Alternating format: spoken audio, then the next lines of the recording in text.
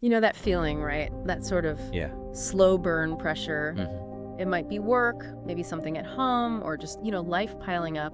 And then suddenly you feel like you're just about to pop. Yeah, it builds so fast sometimes. We've all felt that, I think. Exactly. So what if there was a better way, a shortcut maybe, to manage that intensity, to untie the knot instead of letting it burst? Well, that's precisely what we're diving into today. We're Yeah. looking at Ryan Dunlap's upcoming book. It's out May 2025, called How to Untie a Balloon. Okay, how to untie a balloon. Interesting title. It is, and Dunlap's background is pretty unique here. He's a former SWAT hostage negotiator, Huh. also a police detective. Wow, okay. High stakes. Very high stakes.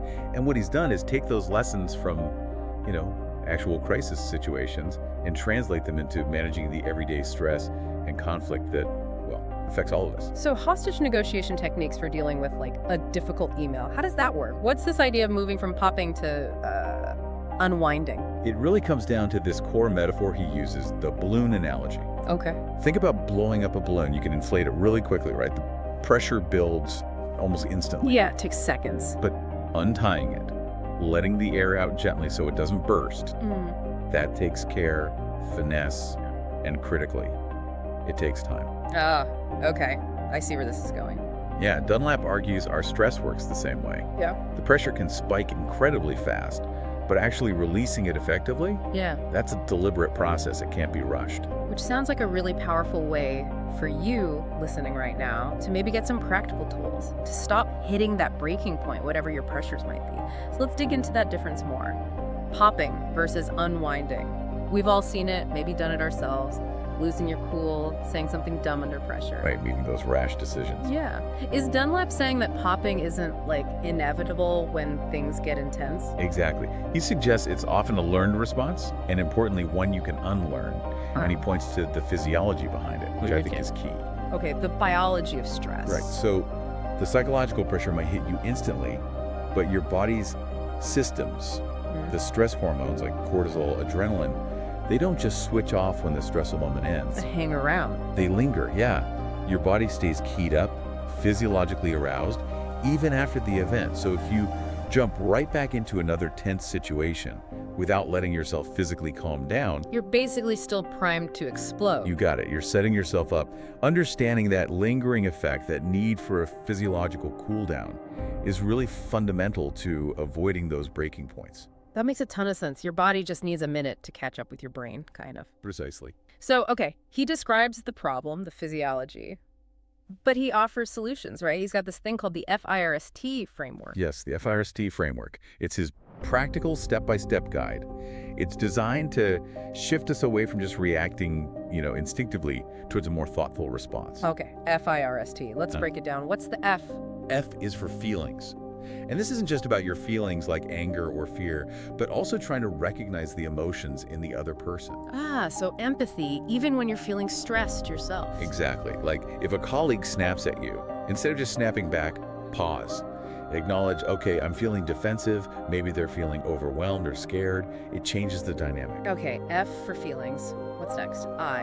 I is for interests. This means looking beyond the surface argument. What are the deeper needs or motives driving things? So not just what people are arguing about, but why. Precisely. If a team's fighting over a deadline, maybe the real interests underneath are things like job security or needing recognition or fear of failure, not just the date on the calendar. Got it. F-I then R. R is for relationships. This is about remembering the connection, even when you disagree. Is preserving the relationship more important than winning this specific point? The long game. Yeah, seeking mutual understanding to keep that bond intact. Especially important in ongoing relationships, obviously. Makes sense. Okay, S. S is for situation. So stepping back and looking at the bigger picture, what's the context here? Are there power dynamics at play? What external factors are influencing things? Right, like understanding the whole environment, not just the immediate conflict. Exactly. Asking, what pressures might this other person be under that I don't see, can really shift your perspective. Okay, F-I-R-S-T. There are two T's, right? Yes, two T's. The first T is for toll. This is about self-awareness.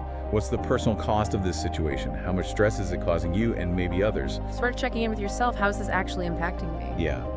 After a really tough meeting, asking, okay, what was the toll on me? helps you figure out how to recover or maybe how to handle the next interaction differently. Right. And the final T? The second T is for tangible steps. So after you've done all that analysis, feelings, interests, relationships, situation, told, what are you actually going to do? It's about small, concrete, actionable steps forward. Not trying to solve everything at once. No, exactly. Instead of, I'm going to fix this whole mess, a tangible step might be, okay, I'll schedule a quick 15-minute chat tomorrow to talk about just this one specific point.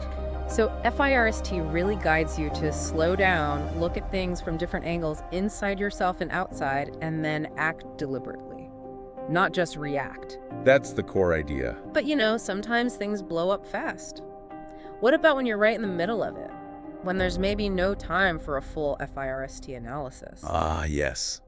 For those moments, Dunlap offers the S.T.O.P protocol. S.T.O.P, okay. He calls it a structured escape hatch for when you're in that high-pressure moment and you just need to de-escalate now. A structured escape hatch. I like that. I could definitely use one of those sometimes. So how does S.T.O.P work? It's very direct, designed for immediate use. S is for space. Get away. Basically, yeah. Yeah. Create physical distance from the stressor. Walk away, step outside, just physically separate yourself. T is for time. And this is crucial. Allow for that emotional and, importantly, physiological cooling off. Dunlap specifically recommends about 20 to 30 minutes minimum. 20 to 30 minutes, that's longer than just counting to 10? Right. It's not just a quick pause. It's giving your body actual time for those stress hormones to start receding, to really calm down physiologically. Okay, space, time, O. O is for opportunity. After you've had that space and time, you identify when it's genuinely safe and constructive to re-engage. Don't just jump back in because the timer went off. Is the situation actually better now? Is a productive conversation possible? Assessing the moment. Got it. And P? And P is for perspective. Because you've had that space and time, you return with hopefully renewed clarity, maybe some empathy. You can see things differently, with less of that immediate emotional charge. That's really practical. S.T.O.P, space, time, opportunity, perspective. It feels like it directly targets that immediate heat of the moment, helps you avoid saying or doing something damaging. That's exactly the goal. Prevent that reactive harm. Okay, so this book, How to Untie a Balloon, sounds really useful. Grounded in some intense real-world experience, too. What would you say are its biggest strengths? Well, like you said, the practicality is huge. The balloon metaphor, F.I.R.S.T, S.T.O.P, they make these ideas really intuitive, stuff you can actually use day to day. Yeah, easy to remember. Definitely. And that hostage negotiator background lends it serious credibility, right? This isn't just theory. It's tested under extreme pressure. Sure. Also, its relevance is really broad. Yeah. Leaders, parents, teachers, counselors, honestly, anyone dealing with pressure can probably find value here. And I appreciate that it's evidence-informed. It acknowledges the physiology, the science behind stress. It feels grounded. Sounds great, but no approach is perfect, right? Are there limitations? Like you mentioned the physiology, what if someone's dealing with chronic stress, something systemic? Is this enough? That's a really good point. And yeah, there are limitations. For those deep-seated chronic stress situations, or maybe stress caused by a toxic system or environment, F.I.R.S.T and S.T.O.P might feel a bit, well, superficial. Like putting a Band-Aid on a bigger problem. Sort of. Yeah. They're excellent for managing specific incidents, specific flare-ups of tension, but they're not really designed as a formula for solving long-term systemic issues.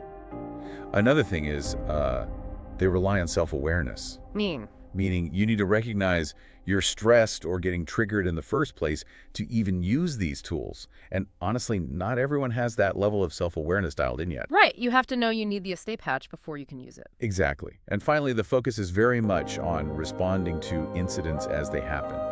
It doesn't delve as deeply into the longer-term prevention strategies, things like lifestyle changes, therapy, or changing organizational structures that might be causing the chronic stress. Okay, so those are important things for you, the listener, to keep in mind. These are powerful tools, but think about the context you're using them in. Know what they're best suited for. Absolutely. Context matters. So thinking about all that, who's the ideal reader here? Who really gets the most out of this toolkit? I'd say it's really strong for professionals in roles where conflict is common. Counselors, teachers, managers, HR folks, negotiators, obviously. People on the front lines of difficult conversations. Yes. Also, anyone who knows they tend to get overwhelmed or react poorly when the pressure's high. If you recognize that pattern in yourself, this could be very helpful. and really anyone just looking for straightforward, practical ways to handle their emotions and make better decisions under stress. Yeah, summing it up, How to Untie a Balloon is just a really sharp, accessible guide. It makes complex ideas feel manageable. Dunlap does a great job translating these high-stakes negotiation principles into everyday tools with those clear metaphors, F.I.R.S.T, S.T.O.P. They're easy to grasp and, more importantly, easy to actually try out. It definitely sounds like an emotionally intelligent toolkit worth checking out, especially if you've ever felt that pressure building and just wished you had a better way to handle it than, well, popping. Highly recommended based on this discussion. So maybe a final thought for you to take away. As you go through your week, think about not just what you could do when you feel that pressure building, that stretched thin feeling, but how do you currently react? And maybe what's one tiny deliberate action, maybe one tangible step from F.I.R.S.T you could try this week. Just one small thing to start practicing untying that balloon instead of letting it burst. That's a great challenge. Keep exploring those ideas that matter to you and keep diving deep.